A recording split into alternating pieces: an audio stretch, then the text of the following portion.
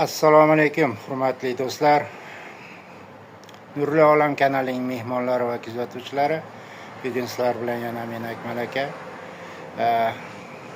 Bilasizlar, bitta narsani sizlardan bir maslahat so'ramoqchi edim.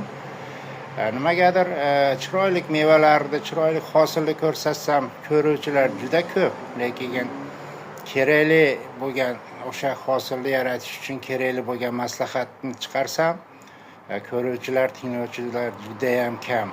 Bunga sizlar qanday qaraysizlar? Shular haqida kommentariyada o'z fikringizni qoldiringlar. Misol uchun bugun aytaman, mana oddiygina misol uchun amafos kimdadir mana fosfatkali olishga kimdir qurbi yetmas yoki kimdir yashayotgan joyda mana fosfat yo'qdir. O'sha amafosni mana fosfatga aylantirish mumkin. Lekin amafos bilasizlar, amafos solinsa sirazi darrov o'simlik uni yemaydi. Amafos 1-3 oy, 4 oy o'tgandan keyin o'z kuchini ko'rsatadi. Lekin misol uchun 1 tonna suvga 2 kilo amafos solish kerak bo'lsa, 2 kilo amafosni shunday chelakka 10 litrlik, 15 litrlik suvga eritib turib, unga bir 50 gram limon kislota qo'shing, fosfatga aylanadi. O'simlikka berasiz, darrov o'simlik yeyishni boshlaydi. Shunga o'xshagan maslahatlar bermoqchi bo'laman.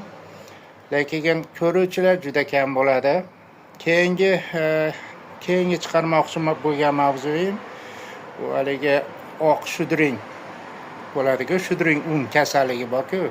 Bundan buyog'i kunlar salqin, hosillarga misol pomidor, bodring, qulupnay, baqlajon, shu narsalarga havo salqin bo'lganda un shudring ko'p, tez tarqaladi. Shuni oldini olish choralarini ko'rish haqida ma'lumotlar chiqaraman. Hozircha xayr, sog' bo'linglar.